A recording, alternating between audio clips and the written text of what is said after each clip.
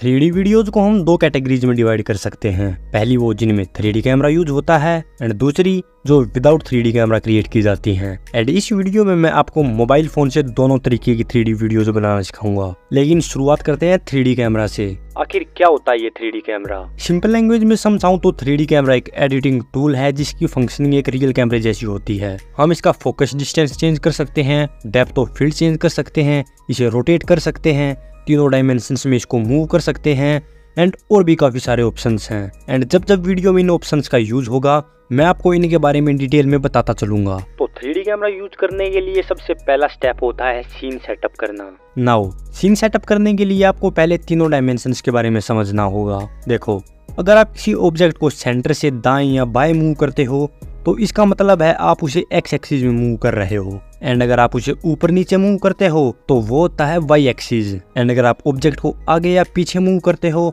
तो उसे कहते हैं जेड एक्सिस। अब अगर आपने ऑब्जेक्ट को एक्स एंड वाई दोनों एक्सिस पर मूव किया तो इसका मतलब आपने ऑब्जेक्ट को दो डायमेंशंस में मूव किया है। एंड अगर आपने इसी ऑब्जेक्ट को जेड एक्सिस में भी मूव कर दिया तो इसका मतलब आपने इस ऑब्जेक्ट को 3 डायमेंशनली मूव किया है। अब इन तीनों एक्सिस को भी दो पार्ट्स में स्प्लिट किया गया है, positive and negative axis. Centre से राइट में positive x axis and left की तरफ नेगेटिव एक्स एक्सिस। सेंटर से ऊपर पॉजिटिव वाई एक्सिस एंड नीचे नेगेटिव वाई एक्सिस। आगे नेगेटिव जेड एक्सिस एंड पीछे पॉजिटिव जेड एक्सिस। अब अगर आपको ये समझ आ गया है तो सीन को एक एग्जांपल की मदद से समझते हैं। लेट्स अज्यूम ये एक लैंडस्केप है जहां आप प्रेजेंट हो। सबसे पीछे माउंटेन्स, क्लाउड्स एंड रिवर है। उसके आगे कुछ ट्रीज हैं, ट्रीज के आगे ग्रास है एंड आप ग्रास के भी आगे खड़े हो। एंड अब चलो अपने लाइट मोशन ऐप में इस सीन को सेटअप करते हैं। तो सबसे पहले आपको इस प्लस पर क्लिक करके मीडिया वाले टैब में जाना है एंड यहाँ से ये बैकग्राउंड ऐड करना है। इसके बाद ये ट्रीज PNG, फिर ये ग्रास PNG एंड लास्ट में करैक्टर PNG एंड हो गया सीन सेटअप। जी नहीं, अगर आप जेड एक्सिस पर इन इमेजेस की पोजीशन चेक करोगे तो ये सभी एक ही पोजीशन पर हैं, यानी कि ये फोटोज आगे पीछे नहीं हैं, ये जस्ट एक दूसरे को ओवरलैप कर रही हैं। एंड जब हम इनकी जेड एक्सिस को भी चेंज करेंगे तब एक्चुअल 3D सीन सेटअप होगा। तो ऐसा करने के लिए हम अपने करैक्टर PNG को सिलेक्ट करके मूव एंड ट्रांसफॉर्म टैब में जाएंगे एंड यहाँ से उसकी जेड वैल्यू को -2000 कर देंगे। अब आप कहोगे भाई इसका तो साइज बढ़ गया, लेकिन ऐसा नहीं है, इसका साइज बढ़ा नहीं है, इसका साइज बड़ा अपीयर होने लगा है। समझाता हूँ। जब आप एक पेड़ के पास खड़े होते हो तो आप बिल्कुल छोटे से दिखते हो, लेकिन अगर आप पेड़ से आगे आकर खड़े हो जाओगे तो आप बड़े दिखने लग जाओगे। इसका मतलब ये थोड़ी ना है पहले आपकी हाइट 6 फुट थी और अब 60 फुट हो गई। हाइट तो उतनी ही रहेगी, बस आप बड़े दिखने लग जाओगे। लेकिन हमने सीन सेटअप करते वक्त क्या किया, एक पेड़ को एक आदमी से भी छोटा दिखा दिया। अब आदमी की हाइट तो कम करनी पड़ेगी, तो क्या करें, PNG को वापस पीछे ले जाएं? नहीं, उससे हाइट कम नहीं होगी, उससे हाइट बस कम अपीयर होगी। अब सुनो क्या करना है, आपको इस थर्ड टैब में आना है एंड यहाँ से इसका साइज डिक्रीज कर देना है जिससे करैक्टर की हाइट कम हो जाएगी। एंड फिर इसको सही से अरेंज कर लेना है और सेम काम बाकी सारी PNG के साथ भी करो एंड आपका सीन रेडी हो जाएगा।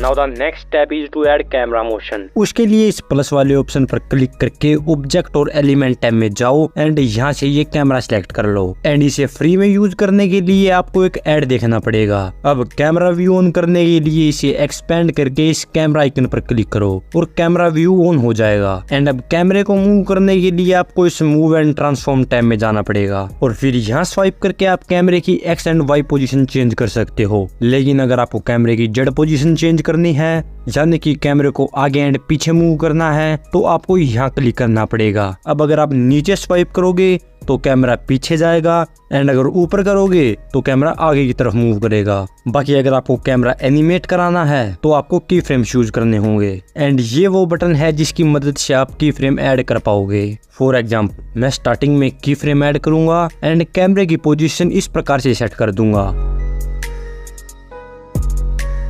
फिर इस बटन की मदद से लास्ट में जाऊंगा एंड कैमरे को पीछे ले आऊंगा। अब एनिमेशन तो रेडी हो गई है, लेकिन ये स्मूथ नहीं है, तो इसे स्मूथ बनाने के लिए आपको इस बटन पर क्लिक करना है जिससे एनिमेशन का कर्व अपीयर होने लगेगा। अब यहाँ आपको 3 प्रकार के कर्व्स देखने को मिलेंगे, क्यूबिक, बाउंस एंड स्टेप्स। और इन तीनों प्रकार के कर्व्स में भी काफी सारे ऑप्शंस हैं। अब फिलहाल तो मैं ये वाला क्यूबिक कर्व यूज कर रहा हूँ, लेकिन वीडियो में आगे जब मैं इस वीडियो के इंट्रो को रिक्रिएट करूंगा तो बाउंस कर्व का भी यूज होगा। बाकी कर्व से वीडियो में क्या फर्क पड़ता है वो आप स्क्रीन पर देख सकते हो। अब देखो, हमने कैमरे को मूव तो कर दिया, लेकिन इसे रोटेट कैसे करें ये जानना है तो इस वाले ऑप्शन पर क्लिक करो एंड आपको जवाब मिल जाएगा। एंड ये ऑप्शन एक प्रकार से जूम का काम करता है, जैसे रियल कैमरा में नहीं होता 1x 2x, उसी प्रकार से समझ सकते हो इसको। एंड सेम काम कैमरा ऑप्शंस का पहला टैब करता है। एंड यूजुअली हम इसका यूज भी नहीं करते हैं, लेकिन हाँ, कैमरा ऑप्शन का ये फोकस ब्लर वाला टैब बहुत इंपॉर्टेंट है। एंड आई नो ये भारी भारी शब्द देखकर आपको डर लग रहा है, लेकिन आपका भाई है ना, तो चिंता मत करो, सब एक्सप्लेन करूंगा। तो सबसे पहले समझो आखिर ये फोकस ब्लर क्या होता है। देखो, फोकस ब्लर एक कैमरा प्रॉपर्टी है जिसे ऑन करने पर कैमरा से एक सर्टेन डिस्टेंस पर प्रेजेंट ऑब्जेक्ट ही फोकस में रहते हैं एंड बाकी सब ब्लर हो जाते हैं। एंड जो ये डिस्टेंस है इसे ही फोकस डिस्टेंस कहते हैं। एग्जांपल से समझो, ये अपना कैमरा है एंड कैमरा से 50 मीटर दूर एक आदमी है, 100 मीटर दूर दूसरा एंड 150 मीटर दूर तीसरा आदमी है। एंड हमारे कैमरे का फोकस डिस्टेंस हमने सेट कर रखा है 100 मीटर। तो जब हम फोकस ब्लर ऑन करेंगे तो सिर्फ ये आदमी क्लियर दिखेगा, बाकी दोनों ब्लर हो जाएंगे। लेकिन अगर हमने फोकस डिस्टेंस चेंज करके 50 कर दिया तो अब ये आदमी तो क्लियर दिखेगा, बट ये दो ब्लर हो जाएंगे। और यहाँ भी एक कैच है, अगर कोई ऑब्जेक्ट फोकस पॉइंट के पास है तो वो कम ब्लर होगा एज कम्पेयर टू एक दूसरे वाला ऑब्जेक्ट। एंड अब अगर हम कैमरे को 50 मीटर आगे ले जाएंगे तो फिर से ये बंदा फोकस में आ जाएगा, यानी कि अगर हम कैमरे को मूव करेंगे तो फोकस पॉइंट भी मूव होगा। एंड मेनली फोकस ब्लर इसी कारण से यूज किया जाता है। नाउ अज्यूम करो इनके बीच दो बंदे और आ गए, एक 75 मीटर पर एंड एक 125 मीटर पर।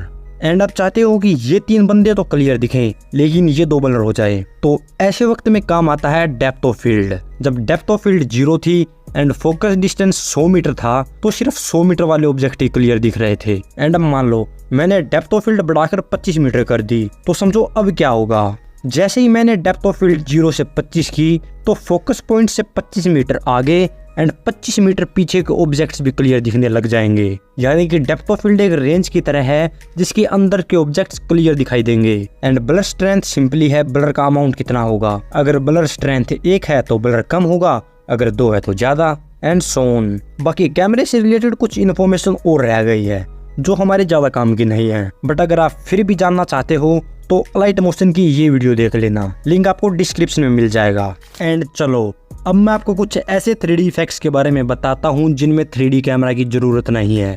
देखो, जब आप PNG सिलेक्ट करके इफेक्ट टैब में जाओगे तो आपको यहाँ एक ऐड इफेक्ट का ऑप्शन देखने को मिलेगा। इस पर क्लिक करके 3D सिलेक्ट करो एंड आपके सामने इतने सारे इफेक्ट्स आ जाएंगे। मैं तो मेनली इन 3 इफेक्ट्स का यूज करता हूँ एंड बाकी इफेक्ट्स की प्रॉपर्टीज भी लगभग सेम है, तो मैं आपको इन 3 इफेक्ट्स के बारे में ही बताऊंगा एंड बाकी आप खुद ट्राई कर लेना। देखो, अगर आप ये इफेक्ट ऐड करोगे तो आपके सामने ये ऑप्शन आएगा। इस वाले ऑप्शन की मदद से आप स्टैंडर्ड सेटिंग्स में इस इफेक्ट को ऐड कर सकते हो एंड ये है इस इफेक्ट का कंट्रोल पैनल। सबसे पहले ऑप्शन की मदद से आप PNG को एक सर्टेन एंगल पर रोटेट कर सकते हो एंड इस ऑप्शन की मदद से आप वो एक्सिस चेंज कर सकते हो जिस पर PNG रोटेट होगी। देखो, डिफॉल्ट एंगल यानी 0 डिग्री पर ये PNG Y एक्सिस पर रोटेटेड है, लेकिन जब मैंने एंगल 90 डिग्री कर दिया तो PNG अब X एक्सिस पर रोटेट हो गई। एंड टू क्रिएट एनिमेशन एक की फ्रेम ऐड करो एंड सेटिंग को अपने हिसाब से सेट कर लो। फिर टाइमलाइन में आगे जाकर सेटिंग को फिर चेंज कर दो। फिर प्ले हेड को दोनों की फ्रेम्स के बीच लेकर आओ एंड यहाँ से कर्व ऐड कर लो एंड एक्सपोर्ट होने के बाद वीडियो कुछ ऐसी दिखेगी। अब नेक्स्ट इफेक्ट है पेज कर्ल। इसे भी स्टैंडर्ड सेटिंग पर ही ऐड करो एंड यहाँ प्रोग्रेस का मतलब है कितना % पेज फोल्ड होगा। देखो 40% पर ये इतना फोल्ड है, लेकिन जब मैंने 0% किया तो पूरा पेज अनफोल्ड हो गया। रेडियस का मतलब है पेपर कितना पतला या कितना मोटा फोल्ड होगा। जब रेडियस वैल्यू 0.100 है तो ये इस तरीके से फोल्ड हो रखा है, लेकिन जब मैंने फोल्ड वैल्यू कम की तो फोल्ड का रेडियस घट गया। एंड एंगल का मतलब है पेज किस तरफ से फोल्ड होगा। अब 38 डिग्री पर पेज इस तरफ से फोल्ड हो रखा है, लेकिन जब मैंने एंगल को 135 डिग्री किया तो अब पेज इस तरफ से फोल्ड हुआ है। अब मेनली तो इन 3 ऑप्शंस का यूज किया जाता है एंड अगर आप चाहते हो तो बाकी को खुद ट्राई कर सकते हो। Now the third effect is raster extrude. ये इफेक्ट आपकी PNG में डेप्थ ऐड करके उसे ट्रू 3D एलिमेंट बनाता है। अब इसकी सेटिंग्स की बात करें तो रोटेशन से आप अलग अलग एक्सिस पर इसको रोटेट कर सकते हो। देखो, जब सारे एंगल्स 0 हैं तो इमेज कुछ ऐसी दिख रही है, लेकिन जब मैंने इसे X एक्सिस पर -30 एंड वाई एक्सिस पर 30 डिग्री रोटेट किया तो ये लोगो कुछ ऐसा दिखने लगा।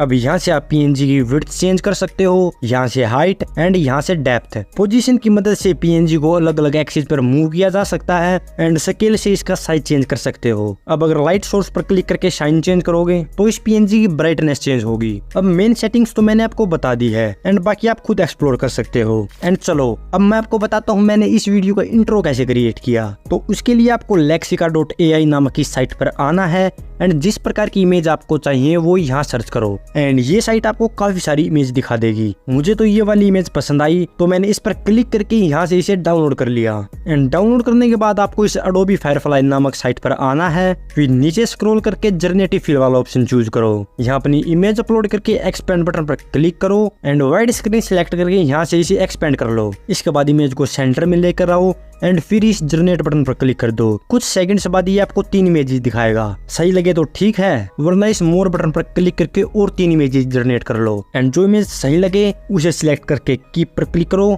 एंड उसे डाउनलोड कर लो। इसके बाद इस रिमूव बटन को सिलेक्ट करो एंड कैरेक्टर को सिलेक्ट करके जनरेट बटन पर क्लिक कर दो एंड इनमें से जो इमेज सही लगे उसे डाउनलोड कर लो। And now character cutout create करने के लिए आपको पिक्सेल लैब में इस फोटो को इंपोर्ट करना है एंड ये इरेजर वाला ऑप्शन सिलेक्ट करके यहाँ से इरेजर का साइज इंक्रीज कर लेना और यहाँ से इरेजर के हैंडल की लेंथ इंक्रीज करके बैकग्राउंड इरेज करना स्टार्ट कर दो। पूरा बैकग्राउंड रिमूव होने के बाद इस टिक वाले बटन पर क्लिक करो एंड यहाँ से इसे एक्सपोर्ट कर लो। अब प्लस सिलेक्ट करो एंड इस पर डबल क्लिक करके अपना टेक्स्ट ऐड कर दो। फिर फॉन्ट टैब में जाकर इसका फॉन्ट चेंज कर दो। साइज इंक्रीज करके इस रिलेटिव पोजीशन वाले टैब में जाओ एंड इन 2 बटन्स की मदद से इसे सेंटर में ले आओ एंड देन इसे एक्सपोर्ट कर लो। इसके बाद यहाँ आओ, शेप्स पर क्लिक करो, इसकी विड्थ एंड हाइट इंक्रीज करो एंड रेडियस इंक्रीज करके इसके बॉर्डर को कर्व कर लो और फिर रिलेटिव पोजीशन वाले टैब की मदद से इसे भी सेंटर में ले आओ। इसके बाद इस लेयर वाले बटन पर क्लिक करो एंड इस शेप की लेयर को नीचे ले आओ। फिर टेक्स्ट को सिलेक्ट करो, डबल क्लिक करके इसे एडिट करो। इस टैब में अगर कलर सिलेक्ट करो एंड इसको ब्लैक कर दो। फिर अलाइन टैब से सेंटर अलाइनमेंट सेट कर लो एंड लाइन स्पेसिंग टैब में जाओ और लाइन की स्पेसिंग कम कर दो। इसके बाद टेक्स्ट का साइज डिक्रीज करो। अब ये दोनों लाइन ओवरलैप करने लगी है तो लाइन स्पेसिंग को थोड़ा बढ़ा दो। फिर रिलेटिव पोजीशन वाले टैब से इसे भी सेंटर में ले आओ एंड PNG को एक्सपोर्ट कर लो। इसके बाद टेक्स्ट पर डबल क्लिक करके विद को विदाउट में कन्वर्ट कर दो एंड फिर इसे भी एक्सपोर्ट कर लो। नाउ अपने लाइट मोशन प्रोजेक्ट में आकर प्लस बटन पर क्लिक करो एंड फिर ऑडियो वाले सेक्शन में जाकर अपना वॉइस ओवर सिलेक्ट कर लो। अब दोबारा से प्लस बटन पर क्लिक करो एंड मीडिया वाले सेक्शन से ये बैकग्राउंड ऐड करो। फिर मूव एंड ट्रांसफॉर्म के थर्ड टैब में जाकर यहाँ से इसका साइज कम कर लो और फिर फर्स्ट टैब में आकर इसे सही से अरेंज कर दो एंड देन इसे लास्ट तक स्ट्रेच कर लो। फिर ये कैरेक्टर PNG इंपोर्ट करो, मूव एंड ट्रांसफॉर्म के थर्ड टैब में जाओ, साइज कम करो, फर्स्ट टैब में आकर X, Y and Z position change करो एंड फिर इसे भी लास्ट तक स्ट्रेच कर देना। इसके बाद ये टेक्स्ट PNG इंपोर्ट करके सेम प्रोसेस रिपीट करो।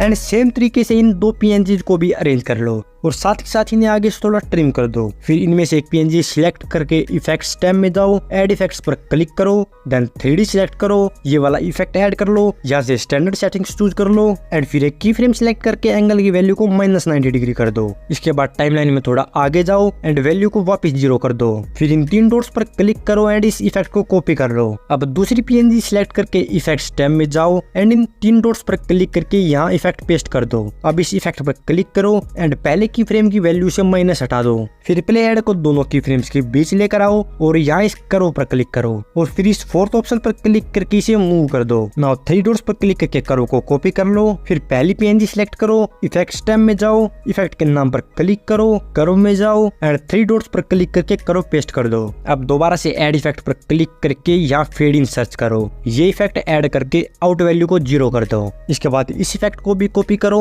एंड दूसरी PNG पर पेस्ट कर दो। नाउ सीन तो सेटअप हो गया है, तो चलो अब कैमरा मोशन ऐड करते हैं। उसके लिए प्लस बटन पर क्लिक करके ऑब्जेक्ट एंड एलिमेंट टैब में जाओ एंड ये कैमरा ऐड कर लो। फिर इसे एक्सपेंड करके यहाँ से कैमरा व्यू ऑन कर लो and move and transform tab में जाओ। स्टार्टिंग में की फ्रेम ऐड करो एंड कैमरे को कुछ इस तरीके से प्लेस कर लो। फिर टाइमलाइन में थोड़ा आगे जाओ एंड कैमरे को पीछे ले आओ एंड इसे सही से अरेंज कर लो। फिर टाइमलाइन में थोड़ा आगे जाकर कैमरे को इस तरीके से अरेंज करो एंड ये प्रोसेस 3-4 बार रिपीट करो।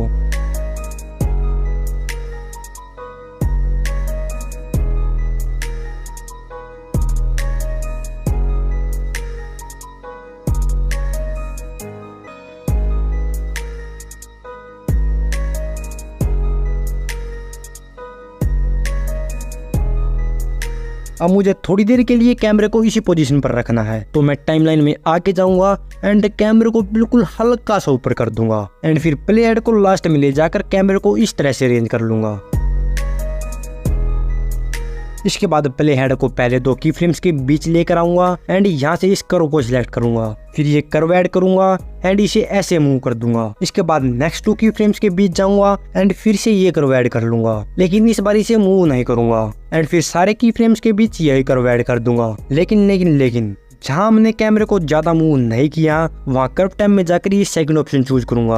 अब ये मुझे ऐड देखने को कहेगा, तो फिलहाल मैं इस राइट फर्स्ट वाले ऑप्शन पर क्लिक कर दूंगा एंड ये कर्व सिलेक्ट कर लूंगा। राइट मोशन फिर मुझे ऐड देखने को कहेगा, लेकिन मैं फिर राइट फर्स्ट वाले ऑप्शन पर क्लिक कर दूंगा। यहाँ से इसे कुछ इस तरीके से एडजस्ट कर लूंगा एंड लास्ट 2 की फ्रेम्स के बीच आकर फिर यही कर्व सिलेक्ट कर लूंगा एंड इसे इस तरीके से मूव कर दूंगा। फिर बैक आऊंगा, कैमरा ऑप्शन टैब में जाऊंगा, इस सेकंड ऑप्शन पर क्लिक करूंगा एंड फोकस ब्लर ऑन कर दूंगा। अब फोकस बैकग्राउंड पर है, लेकिन मुझे कैरेक्टर फोकस में चाहिए, तो मैं यहाँ से फोकस डिस्टेंस डिक्रीज कर दूंगा एंड डेप्थ ऑफ फील्ड को हल्का सा इंक्रीज एंड फिर वीडियो को एक्सपोर्ट करने के लिए इस बटन पर क्लिक करूंगा एंड मैंने ये कर्व ऐड किया है, तो मुझे एक ऐड देखना पड़ेगा। अब ये वाटरमार्क मैंने कैसे रिमूव किया ये मैंने इस मैप एनिमेशन वीडियो में बताया है, यू कैन चेक इट।